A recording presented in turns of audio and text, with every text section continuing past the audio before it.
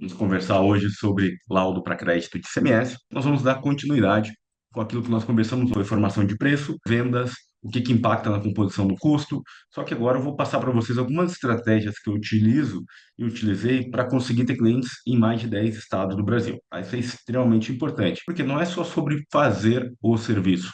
A grande questão é como que vocês podem monetizar com esse tipo de serviço também, como que vocês podem aumentar esse faturamento da empresa. Então, o que eu vim fazer aqui nessa região? Basicamente, segmentar o consumo de energia elétrica entre a parte produtiva e não produtiva foi um serviço muito rápido nessa indústria, porque nessa entrada de energia não tinha a parte extra produção. 100% do consumo era associado à parte produtiva. Porque essa empresa que eu vim atender tinha três entradas de energia. Então, o laudo praticamente deu 100%. E aí, o que que eles vão fazer? No futuro, eles vão ampliar, vão colocar algumas cargas aqui que não têm relação direta com a parte produtiva. E aí, com base nisso, vai, se necessário, fazer um laudo de maneira um pouco diferente. Vou atualizar o laudo para eles, vou fazer um laudo já dinâmico, prevendo esse acréscimo aqui na área extra produção. Então, esse percentual aqui, ele vai reduzir. Esse é o serviço que eu vim fazer aqui. Basicamente, é um laudo para crédito do ICMS, um serviço feito para indústrias, cujo objetivo é separar, segmentar as áreas extra produção daquilo que não pertence à cadeia produtiva. Por quê? A energia elétrica na parte produtiva, ela tem um valor menor. Ela não tem essa incidência do ICMS. Esse é o conceito. Só que como existe uma subestação com uma entrada única, tá, o que que acaba acontecendo? O cliente, ele não consegue ter essa relação percentual. Por isso, nós precisamos fazer esse tipo de laudo técnico. Então, basicamente, a gente vai até o local, faz essa análise de dados. Aqui tem um exemplo de uma fatura de energia elétrica.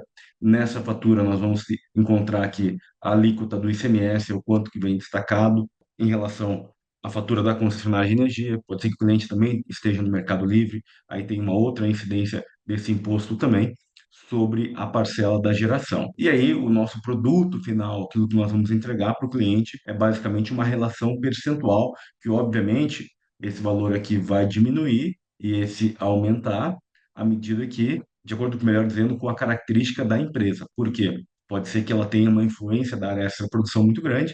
Tem casos onde a empresa consegue se acreditar a menos de 80%, que é essa relação associada à parte industrial.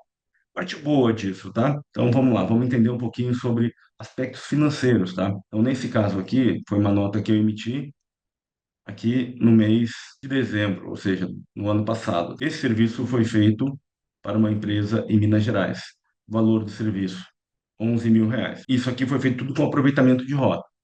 Então, o que eu quero dizer é, são laudos muito rentáveis. Essa nota aqui foi emitida também, emiti todas essas notas aqui no dia 4/12. Perfeito? Essa aqui, São Paulo, valor em laudo de CMS, R$ 31.200. Estou falando de um serviço que foi entregue aí, foi emitida a nota no mês passado. Poxa, Daniel, entendi que eu posso fazer serviço, esse serviço para a indústria, eu entendi que esses laudos podem passar de R$ 10.000, eu entendi que eu posso ter cliente não só na minha cidade, como também em outras cidades, mas ainda não está claro para mim como que eu posso escalar isso. E aí é uma fusão daquilo que nós conversamos ontem, daquilo que tem na Masterclass, que são 4 aulas sobre laudo para crédito CMS, com um resumo que eu vou passar para vocês agora. O que que significa escalar, tá, um serviço? Nós precisamos pensar um pouco sobre essa perspectiva. Que na realidade nada mais é analisar os canais que nós vamos estar vendendo, as formas como nós vamos levar esse serviço para o mercado e a viabilidade de atender ou não outras cidades e estados. Porque tem serviços que você só vai conseguir escalar dentro da sua cidade, ou cidades, um raio aí de 100 quilômetros. E aí é necessário analisar as implicações e o porquê que isso acontece. Exemplo, um serviço de correção de fator de potência. Dificilmente você vai conseguir ter clientes em vários estados, em cidades muito distantes. Existem outros serviços que acontece o mesmo. Você não vai conseguir escalar porque depende de ir até o local e não tem tanta demanda no mercado. Então, o que eu quero dizer, laudo para crédito SMS, por que que eu foco muito nesse serviço? Pela lucratividade, eu estou trabalhando sozinho, eu não preciso de funcionário para atuar comigo nessa área, eu posso terceirizar algumas etapas, como, por exemplo, essa minha vinda aqui para São Paulo. Poderia terceirizar. Como eu comentei ontem, para quem está chegando agora, é uma atividade que pode ser terceirizada, essa atividade de ida para campo. Da mesma forma, uma atividade, por exemplo, de a parte comercial, que é a captação dessas empresas, a negociação de maneira consultiva, seja por prospecção ativa ou então através do marketing, prospecção passiva. E também tem a questão do laudo técnico em si. Então, quando eu voltar para Curitiba, eu volto amanhã, esse laudo técnico eu vou ter que fazer. Poderia terceirizar, já terceirizei muito esse tipo de serviço também.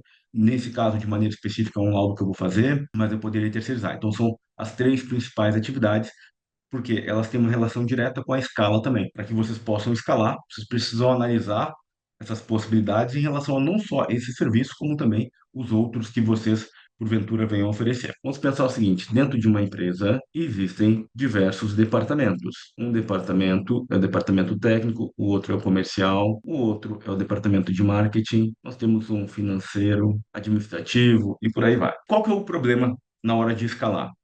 Se vocês colocarem muitos serviços aqui na parte técnica, vocês vão ficar muito tempo fazendo uma atividade operacional. O que que significa isso? Que vocês, se tiverem uma estrutura pequena, não vão conseguir escalar.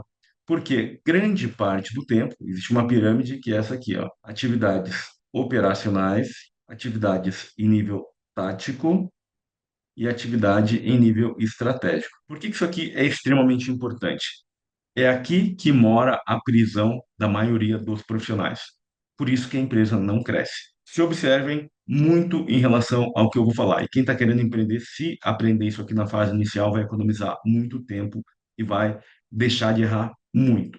A grande maioria dos profissionais passa grande parte do tempo aqui. Profissionais que fazem, que são especialistas nas mais diversas áreas, desde medicina, odontologia, advocacia, engenharias, áreas técnicas, enfim, qualquer área, a maioria dos profissionais, eles estão na ponta fazendo o serviço, porque eles gostam muito de fazer o serviço. Isso fez com que eles crescessem muito, tivessem um alto valor de hora técnica ao longo do tempo. E essa pessoa está tão apegada a isso que ela não consegue enxergar que na força dela mora a maior fraqueza.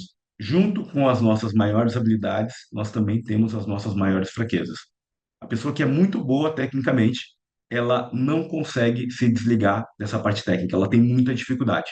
E aí ela fica limitada, porque grande parte do tempo, muitas vezes mais de 85% do tempo dela, ela fica nesse nível operacional. Daniel, por que que isso é importante? No nível operacional, é aquela atividade que você vai, realiza o serviço, mas não faz a empresa crescer. Como no meu caso, vindo para São Paulo fazer atividade de campo na indústria.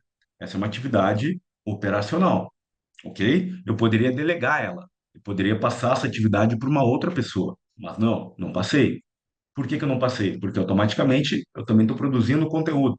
Eu estou trabalhando no operacional, mas eu estou no nível tático, olhando a estratégia de marketing, a estratégia comercial da empresa, porque nós somos uma empresa que capacita profissionais para atuar no setor elétrico, na área de perícia elétrica. Então, a prestação de serviço é uma forma de nós podermos mostrar como as coisas são feitas de maneira muito prática. Então, eu não estou só fazendo a atividade operacional. Eu também estou no nível estratégico e no nível tático no que se refere à escala da empresa, porque a gente está capilarizando, está alcançando cada vez mais pessoas, e isso faz parte do crescimento da empresa. Agora, se eu não tivesse o projeto digital, tivesse vindo somente fazer o serviço aqui, tá tudo bem, poderia, mas com a consciência de que é uma atividade 100% operacional. O que que é uma atividade em nível tático, que é aquilo que eu estava mostrando para vocês anteriormente aqui? Essa atividade em nível tático é como se vocês estivessem olhando aqui a parte comercial, ou marketing, ou a parte técnica, em nível gerencial, tá? Então, na prática, o tático aqui, ele é o gerente. E esse gerente é quem está olhando todos os custos envolvidos na parte técnica. Só que ele é um gerente técnico. E a nossa empresa, ela precisa ter um gerente técnico, que é o G1, precisa ter um gerente comercial, que é o G2, precisa ter um gerente de marketing, que é o G3, precisa ter um gerente financeiro, que é o G4. É uma empresa? É uma empresa. Eu vou reforçar isso. É uma empresa. Por que que isso é importante? Mesmo que essa empresa tenha, em termos de número de funcionários, somente um funcionário, ela continua sendo uma empresa. E sendo uma empresa, para que vocês possam crescer, se vocês ficarem só no operacional, é impossível. Vocês vão até ganhar uma quantidade de dinheiro que pode ser boa, mas qual que é o problema? Se em algum momento vocês ficarem doentes, essa empresa para. Porque toda receita, ela depende 100% da atividade operacional do dono. E muitos negócios hoje no Brasil funcionam com essa característica, tá? Se o dono ficar doente, tudo para. Agora, aqui no nível estratégico, o que que nós vamos ter? Aqui é o pulo do gato. Por quê? Aqui nós vamos ter o olhar dos diretores ou o dono. Então, essa empresa aqui, pode ser que ela tenha os diretores ou um dono. E ela pode ter também um conselho. O que que é o conselho? O conselho são as pessoas que dão opinião sobre algo que você ainda não conseguiu fazer, pessoas que já chegaram em um lugar que você ainda não chegou. E esse conselho, ele vai ser formado através, obviamente nós não conseguimos pagar isso em empresas de pequeno porte, mas a gente pode associar isso ao ambiente, os lugares que eu vou, com quem eu converso. Um momento como esse para conversar sobre isso, recebendo uma opinião de fora, é como se vocês tivessem alguém dando conselho para a empresa de vocês. Eu estou aqui como um conselheiro dando um ponto de vista diferente para a empresa de vocês, para que vocês possam crescer e escalar. Essa é a visão. O que eu quero dizer é, esse conselho, quando nós não temos que pagar, nós vamos encontrar ele em livros, em conteúdo que nós vamos consumir, em ambientes que nós vamos ir para encontrar um conteúdo que a gente ainda não encontrou, como esse tema dessa nossa conversa sobre laudo para crédito SMS. E a grande questão é que se essa empresa tem um funcionário, e nós já entendemos que muitas empresas, os donos passam mais de 85% aqui, menos de 10% aqui nesse nível tático, e talvez menos de 5% aqui no nível estratégico, qual que é o problema aqui? Ninguém está olhando para o crescimento da empresa ao longo do tempo. E esse crescimento pode ser que ele seja assim. Tem um momento dessa curva aqui, Kotler fala, que é o declínio. E aqui é onde a empresa entra em falência. Porque durante um certo tempo, ela começou a inovar, chegou num platô aqui, ok? Durante um período de tempo, essa pessoa, essa empresa era líder de mercado, e aí mudou, tudo mudou. As vendas começaram a acontecer em formato diferente, de maneira mais consultiva, a concorrência começou a aumentar. E a grande questão é que quando a empresa está quebrando, o dono começa a colocar dinheiro que ele acumulou para poder tentar fazer a empresa crescer. Às vezes ele entra na falência no final, com 50, 60 anos, está tendo uma empresa 20, 30, 40 anos. Então, como fugir disso? Nós precisamos entender os nossos limitadores. E um limitador é o nosso olhar em nível empreendedor. Por que que eu mostrei as notas fiscais para vocês aqui? Para que vocês pudessem ter consciência da importância de ter um serviço que pague bem pela hora técnica. Por quê? Se vocês forem bem remunerados pela hora técnica, o que que vai acontecer? Sobra mais tempo para que vocês possam estarem atuando nessas pontas. Vocês vão poder migrar mais, ficar menos tempo aqui na parte técnica e irem mais para o nível tático e o nível estratégico. Então vamos pensar o seguinte: quem trabalha hoje com projeto elétrico, o que que acontece? Existe um valor de hora técnica médio para quem trabalha com projeto elétrico. Vou dar o meu exemplo. Durante muito tempo eu trabalhei fazendo projeto de rede de distribuição. 5, 6 anos fazendo projeto de rede. Pagava bem. Quando eu entrei, já pagava bem. Antes, pagava muito melhor. Hoje, já não paga tão bem. O que que aconteceu com o valor da hora técnica? Durante um tempo, foi alto. Depois começou a fazer isso aqui. Agora, quanto ganha hoje um cara que trabalha com projeto elétrico? Talvez o valor da hora técnica desse profissional aqui em 2025 seja em torno de R$ 50 a hora. Por quê? O projeto elétrico de uma casa, por exemplo, ele está competindo com o arquiteto, está fazendo um layout de locação de pontos, com um engenheiro civil, com alguém que criou um software e que está fazendo, subindo a planta e já fazendo de maneira automática, pedindo para o estagiário dar uma revisada. Então, quando essa pessoa passa um orçamento de projeto elétrico, ela está concorrendo com outras pessoas. E existem muitas pessoas fazendo projeto elétrico. A barreira de entrada é muito pequena, assim como trabalhar com laudo de SPDA, assim como trabalhar com correção de fator de potência. A barreira de entrada é pequena. E o que que nós precisamos refletir nessa hora? Opa, mas para aí. Então, como que é trabalhar, por exemplo, com laudo para crédito de CMS? O valor da hora técnica é muito mais alto. Trabalhar com perícia de fraude no consumo de energia elétrica, o valor da hora técnica é muito mais alto. Ao invés de trabalhar, obviamente que isso aqui também vai diminuir ao longo do tempo. Só que o valor hoje de uma hora técnica, ela pode ser maior do que R$ 1.000. Quais segmentos? Laudo de ICMS, perícia de fraude, perícia de ressarcimento. E se vocês ajustarem isso, esse valor pode aumentar ainda mais. Por quê? Se vocês ajustarem a parte comercial da empresa, que é o grande furo de muitas empresas, ajustarem o funil, isso aqui pode aumentar ainda mais. O que que é ajustar um funil de vendas para poder escalar? É entender que um funil é isso aqui. Existe uma quantidade de empresas que vocês vão entrar em contato. Vocês vão selecionar. Vamos supor aqui, existe uma seleção para fazer uma prospecção ativa. Vamos supor que vocês selecionaram 100 empresas para oferecer um determinado tipo de serviço. O que que vai acontecer? Algumas empresas vocês vão entrar em contato, elas não vão existir mais. Dessas 100, vão sobrar aqui, vamos por aqui, 80. Dessas 80, talvez vocês consigam conversar com 60, que seria com o responsável aqui, tá? Dessas 60, talvez vocês consigam passar o orçamento para 10. Para conseguir fazer o quê? Às vezes,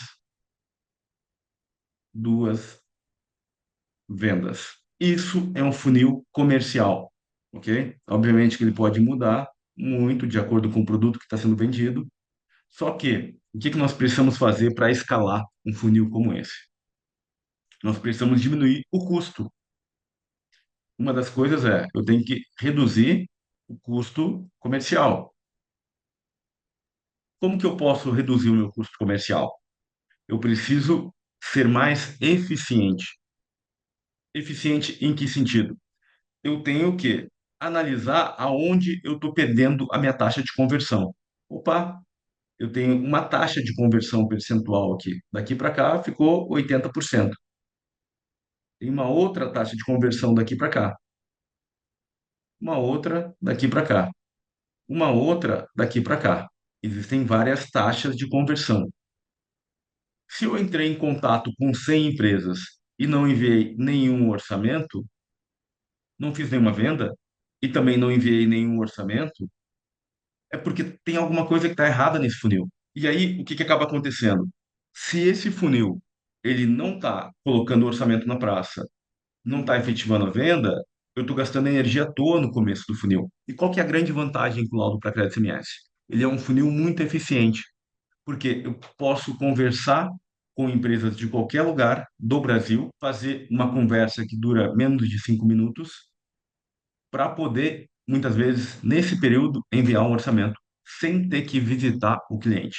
Essa é a grande vantagem.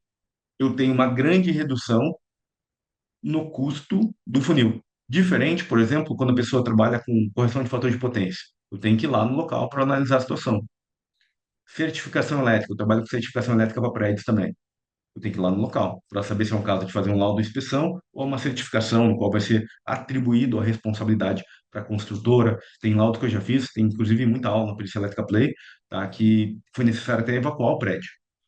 Então, são laudos um pouquinho mais complexos, envolve mais estrutura jurídica, tem que ter um acolhimento melhor com o síndico e os demais condôminos, as pessoas do conselho, um outro tipo de serviço, que tem um valor agregado muito bom também.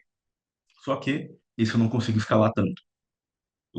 Dificilmente vou ter concorrente nessa área, porque geralmente os condôminos eles têm muita dificuldade para encontrar esse tipo de prestador de serviço no Brasil.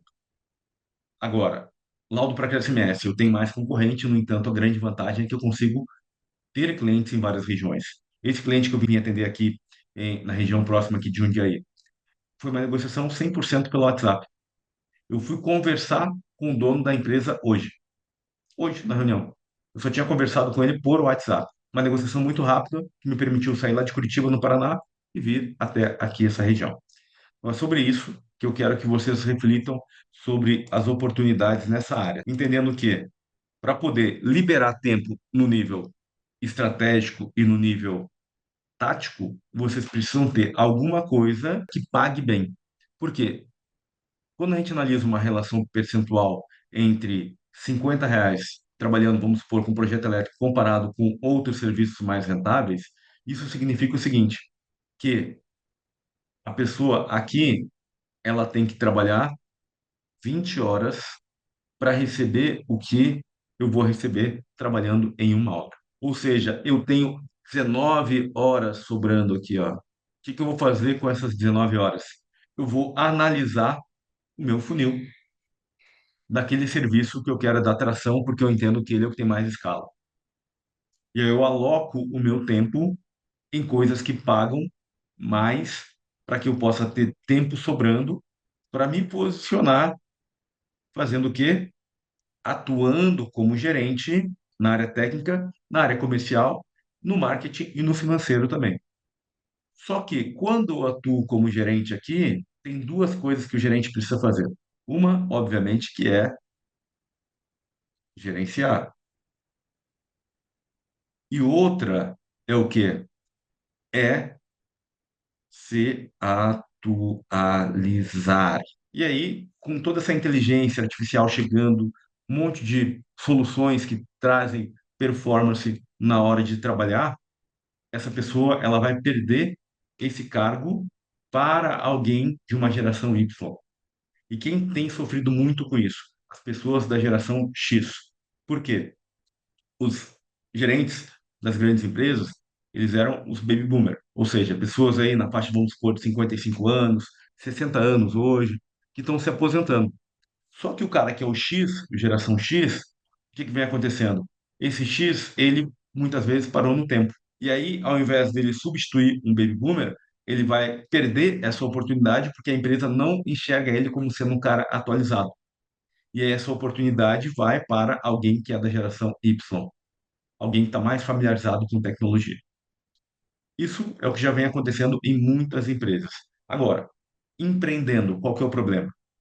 Tanto para o baby boomer quanto para a geração X, é que nós temos uma turma da geração Y e da geração Z que vem voando com tecnologia, só que não tem experiência.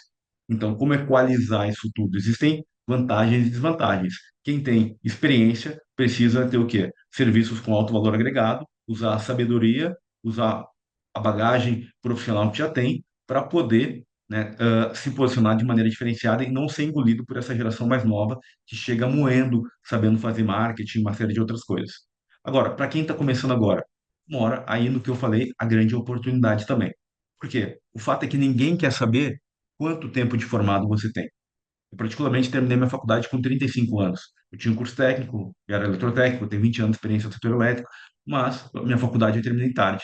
Por quê? Vim de uma cidade pequena, terminei o curso técnico, passei no concurso da Copel, fiz dois concursos, tranquei a faculdade na época do segundo concurso para poder me mudar para Curitiba. Cheguei em Curitiba, eu estaria ganhando, sei lá, na fase inicial, vamos supor, uns R$ 5.000. Aí tinha que pagar aluguel, condomínio, um monte de coisa.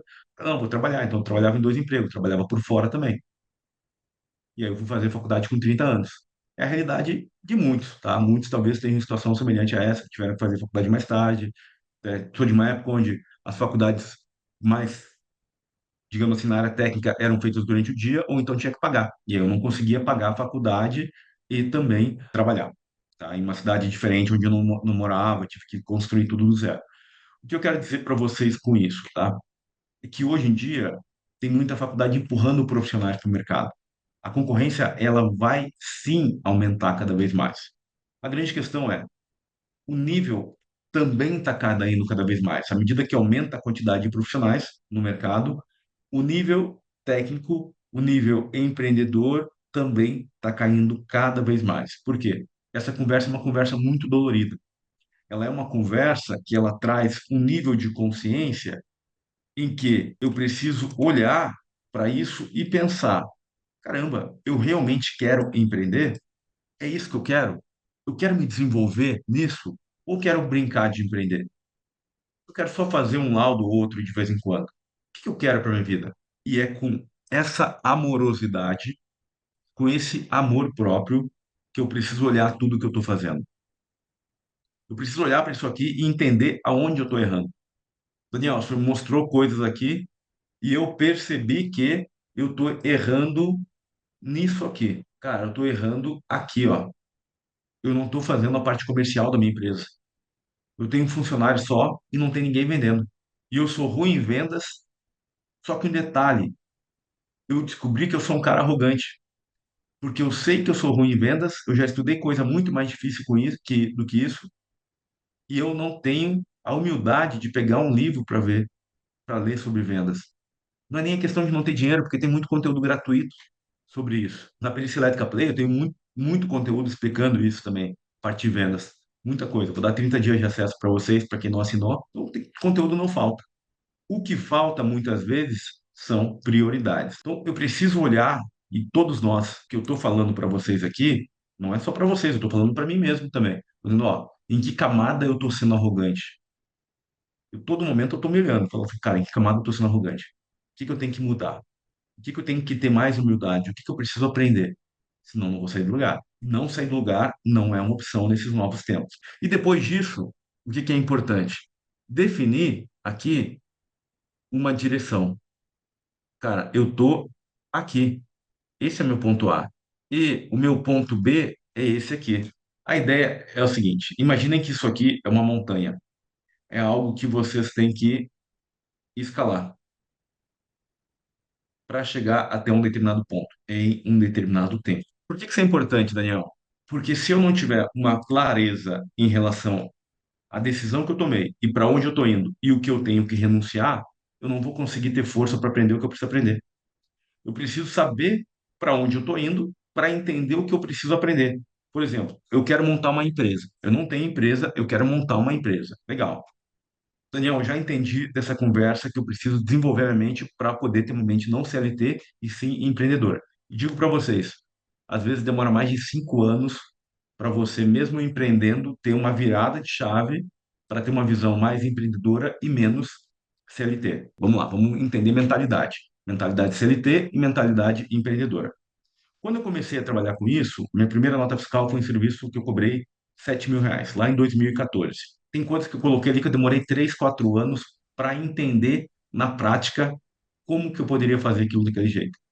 Muito tempo.